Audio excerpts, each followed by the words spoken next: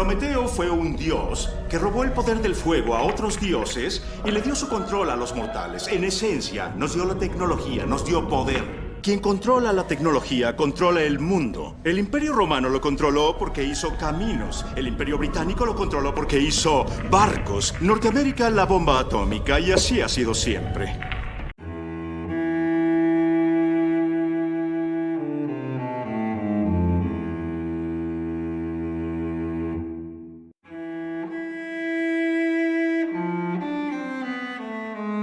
Hola, hola, ¿cómo están? Sean bienvenidos a esta nueva reseña de una de las películas más esperadas del 2023 y que sin duda alguna, a raíz de un fenómeno social, ha sido vista por también millones de personas, aparte del interés que la propia cinta causaba de forma independiente. Estamos hablando de Oppenheimer, la cinta de Christopher Nolan, que posiciona por fin, después de 6 películas de tenerlo como miembro del reparto, a Cillian Murphy como protagonista de un largometraje de este director.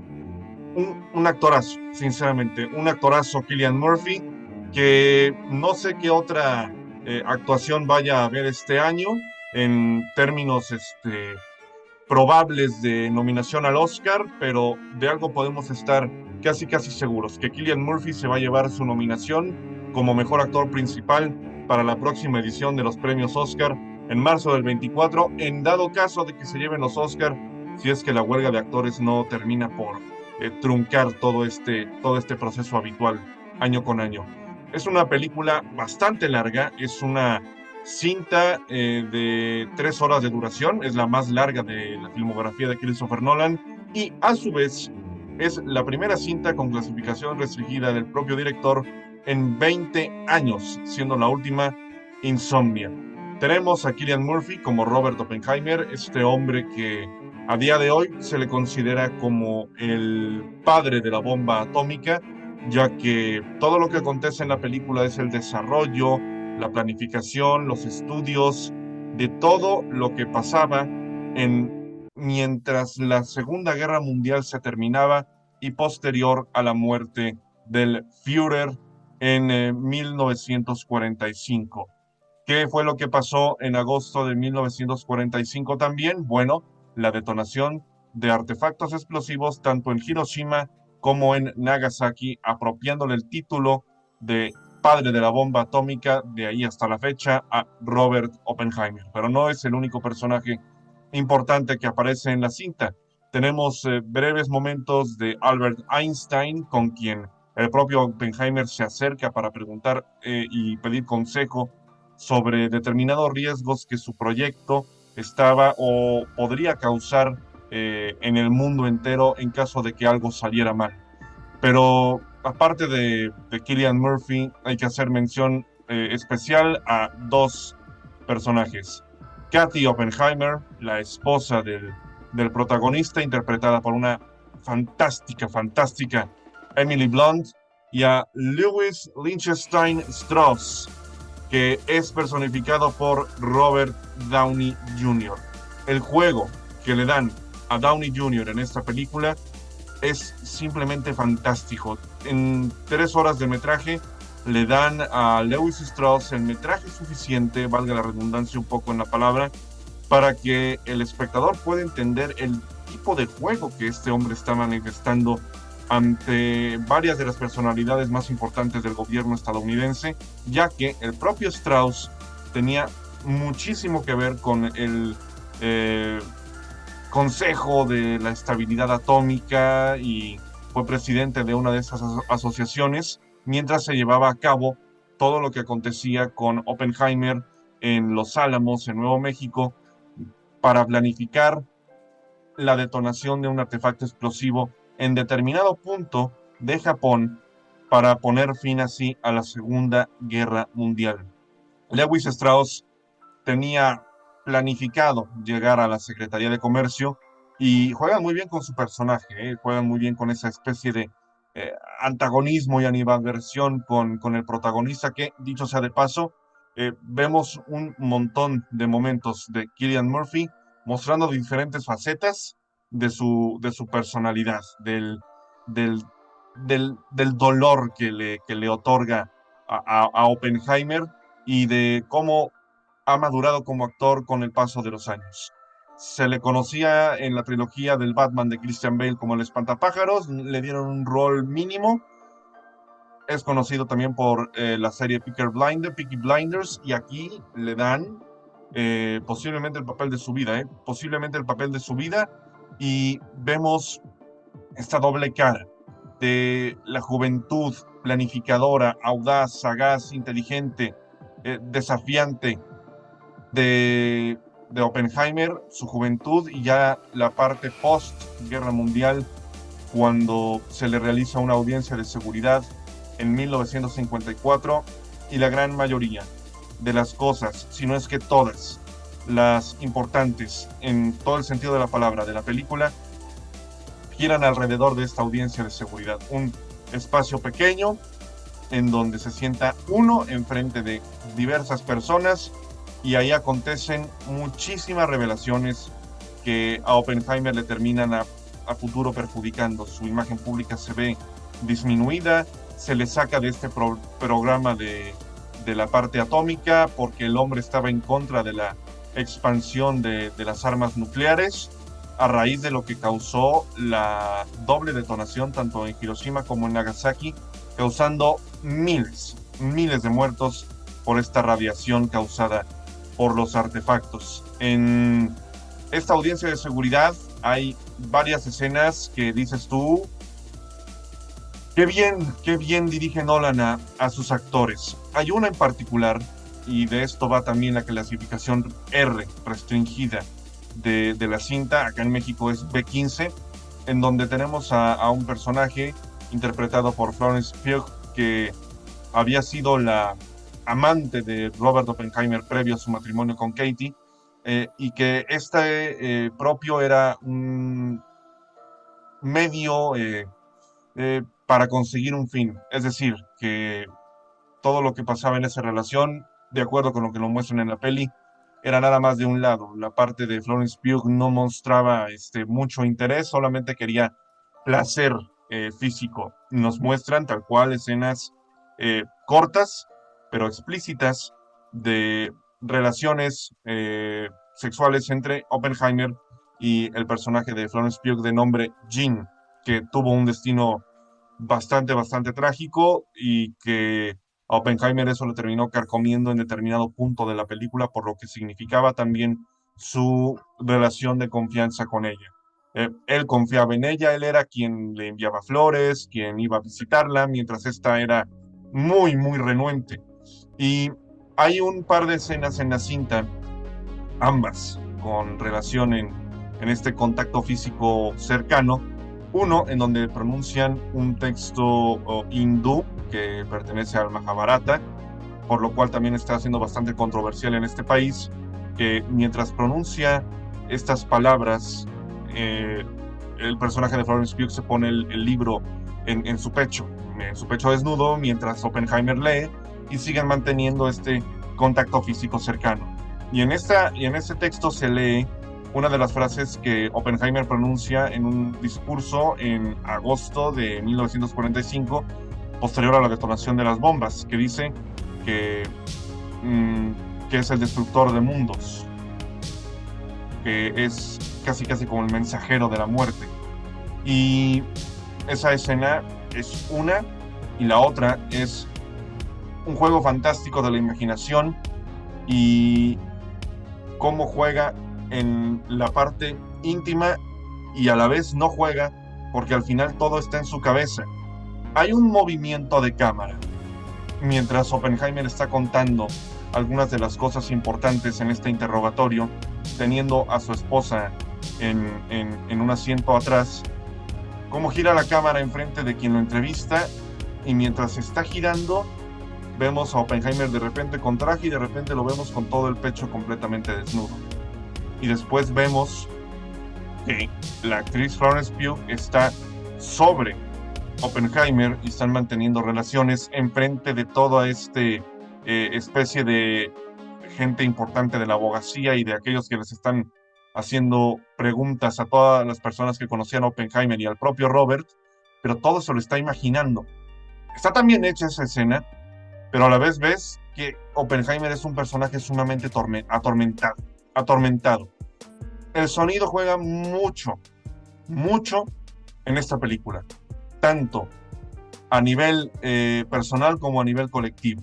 ¿A qué se refiere a nivel colectivo? Hay muchas tomas, por ejemplo, en el tráiler de la película, que muestran esta parte luminosa de lo que puede causar la bomba y el gran alcance que puede tener. La parte luminosa hablando de todo lo visual, mientras que la parte sonora, esa especie de pa, pa, pa, pa, pa, que escuchamos en el tráiler varias veces, en la película juega un papel aterrador, en la escena más aterradora de la película. Posterior a la prueba Trinity, a la escena más tensa de la película, de la tensión pasamos al terror total. La escena de la prueba Trinity con la detonación de esta especie de señuelo a modo de intento número 1 para ver si lo de Japón funcionaba, estaba prácticamente en posibilidad casi nula de que existiera una reacción en cadena y que el mundo se destruyera a causa de. Pero esa reacción en cadena no es tal cual inmediata como Oppenheimer lo pensaba, y al final de la película nos explican por qué. ¿Por qué se juega esa reacción en cadena? Esa escena es fantástica, la edición, la parte del apartado del sonido, la banda sonora de Ludwig Göransson y el alcance fantásticamente ejecutado por parte de Christopher Nolan a nivel práctico, dejaba a todo mundo al borde del asiento y en silencio total. Y cómo esa explosión realizada en esta prueba Trinity, no se escucha la detonación, solamente se escucha el movimiento de las personas ahí. El sonido está muy bien metido en esta cinta. Y esa escena es una de tantas por las cuales creo que Oppenheimer puede llevarse bastantes premios Oscar a nivel técnico. Y a nivel actuación, pues cantamos nominaciones seguro. Todo lo que acontece en esa escena es prácticamente lo que podría la audiencia considerar el clímax de la película. Para cuando esa escena pasa, han acontecido 2 horas de metraje y faltaba una. Y dices tú, ¿pero qué más nos pueden contar? Lo que le llaman el aftermath, las consecuencias, porque no nada más termina ahí la cosa. No te muestran el bombardeo a Hiroshima y Nagasaki, te lo puedes imaginar, pero ves esa prueba y ves el alcance y ves la diversa cantidad de escenas que hay de los estudios, de las probabilidades, de si le metemos plutonio, de si lo hacemos con hidrógeno, de si le quitamos y le ponemos, y de los riesgos que puede haber. La audiencia sabe qué es lo que puede llegar a pasar si algún artefacto de esta manufactura llega a detonar en territorio japonés, como al final terminó pasando con Hiroshima y Nagasaki, dejando miles de muertos y también varios miles de heridos en 1945. La escena de terror que acontece después de esto es, como lo estaba yo diciendo hace un momento, la parte del sonido de los zapatos de los asistentes a esta conferencia post lanzamiento. A Oppenheimer le carcome por dentro. A Robert, dices tú, aquí hay una distorsión total de la realidad, y lo empiezas a ver con el fondo de la escena, lo que pasa atrás de Oppenheimer en esa escena. Ves tú que hay una distorsión total, hay un desequilibrio, hay algo que no está bien, y lo ves con los ojos del propio Robert Oppenheimer. Él se imagina, ¿qué pasaría si la bomba detonara aquí? Ven a gente aplaudiendo, pero que se le cae la piel porque está al alcance de la radiación. Va caminando y pisa lo que podría ser un cadáver de uno de los cuerpos que estaba ahí cercana a la detonación. Y eso para el resto de su vida va a ser un tormento total, total. Esa es una escena de terror, sin ser esta una película de terror. Pero los alcances, lo que puede llegar a pasar, el arma que llegó a crear teniendo doble filo, el que hubiera pasado si sí, el que hubiera pasado si no. Bueno, ahí está la reacción en cadena que al final de la cinta nos explican. Conforme pase el tiempo, conforme la tecnología vaya modernizándose día con día, alguien hará un artefacto más grande. La tecnología, por obvias razones, irá avanzando a niveles incalculables, y lo que hizo Oppenheimer en comparación sería nada, por los peligros que esto también podría representar. Por eso estaba en contra del programa de armas nucleares. Y eso nos lo explican en la cinta. Esta película no tiene acción. Al contrario de lo que muchos podrían pensar, esto es 100% diálogo. 100% diálogo. Y con diálogo entre personaje y personaje, con plano contra plano. Es sumamente tensa, sumamente inquietante y desgarradora en ciertos momentos, por el contexto que manejan y por cómo lo explican, sin necesidad de mostrarlo, pero lo cuentan muy bien. En la reseña sin spoilers mencioné que, oye, te quedas con ganas de ver las escenas de las consecuencias, o que hayan mostrado por lo menos una imagen. Pero Nolan juega también con esto, que es perfectamente consciente de lo que muchas personas querrían, pero te lo vamos a contar de otra forma para que sea igual o más inquietante. El personaje de Robert Downey Jr., como mencioné al principio, juega un papel fundamental porque el tipo está carcomido por la envidia y el deseo de revanchismo personal. De acuerdo con la propia película, hay un momento en donde hay una especie de asamblea en la que Lewis Lichtenstein Strauss se ve ridiculizado públicamente por Oppenheimer. Y todo lo que acontecía en la audiencia de seguridad de 1954 para rebajar a Oppenheimer a no menos que un charlatán y un traidor a la patria, porque le intentaba buscar su pasado en el comunismo, y de las relaciones que éste tenía con personas que pertenecían a ese rubro, dices, qué bajo nivel de humanidad. Y el tipo, Strauss, buscaba ser secretario de comercio. Esa audiencia de seguridad terminó siendo orquestada por el propio Lewis Strauss, metiendo mano, haciendo trampa y metiendo a esta persona para rebajar a Oppenheimer a lo más mínimo, tanto en reputación como en credibilidad. Qué buen personaje le dieron a Downey Jr., ¿eh? Había yo leído, previo a ver la película, que posiblemente le podrían dar el Oscar, o por lo menos la nominación a mejor actor secundario, ¿eh? Conforme la película iniciaba, el papel de Strauss estaba muy por debajo. Pero después de la escena de la detonación en la prueba Trinity, Downey crece en importancia, en manufactura y en consecuencias de lo que pasa ahí. Hay una frase al final que define su arco de personaje. Los principiantes están en la luz, mientras que el poder se maneja en las sombras. Y el tipo estaba tras bambalinas, sin salir a la luz, en las sombras, orquestando todo este plan con maña para rebajar a Robert Oppenheimer, tanto en credibilidad como en reputación.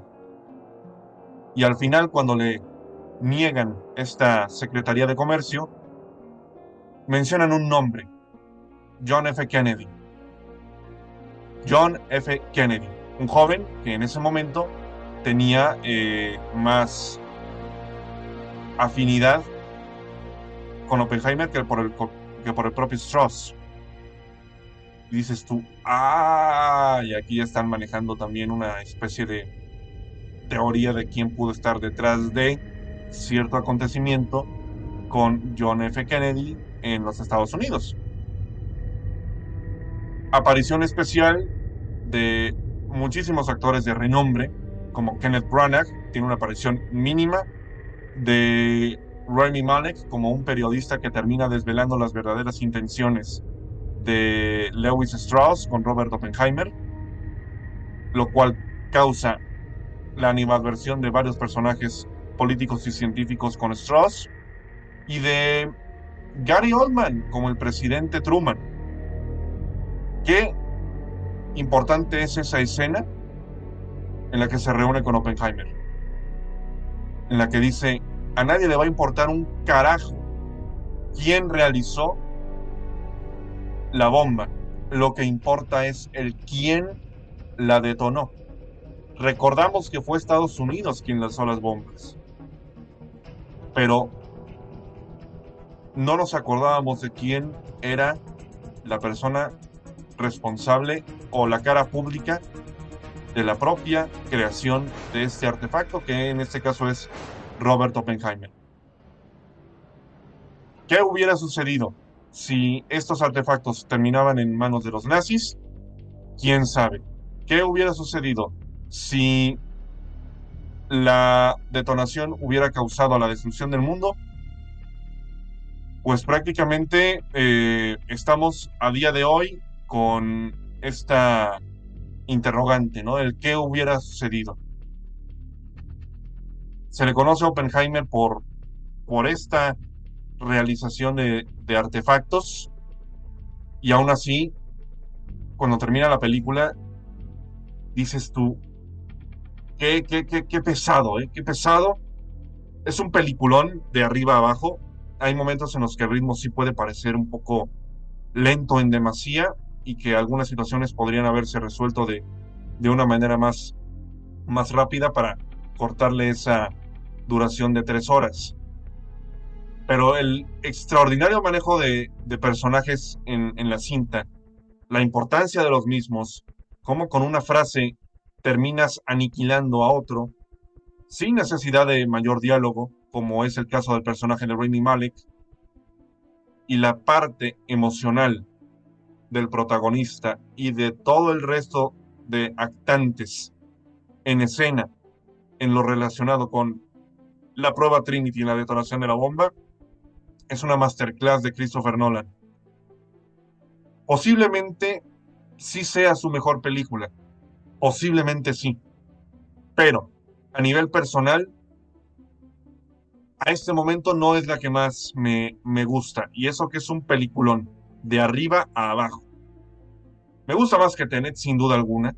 Me gusta más que Dunkerque, aunque Dunkerque también tiene un gran punto a favor. Pero este director tiene muchísimas virtudes en la cámara.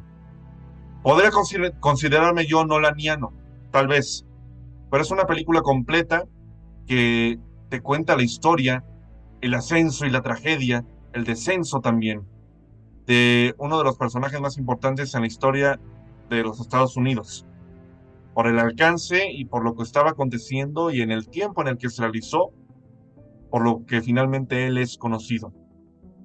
Esta película está basada en un libro llamado El Prometeo Americano, American Prometheus, The Triumph and the Tragedy of Robert Oppenheimer, el triunfo y la tragedia de Robert Oppenheimer.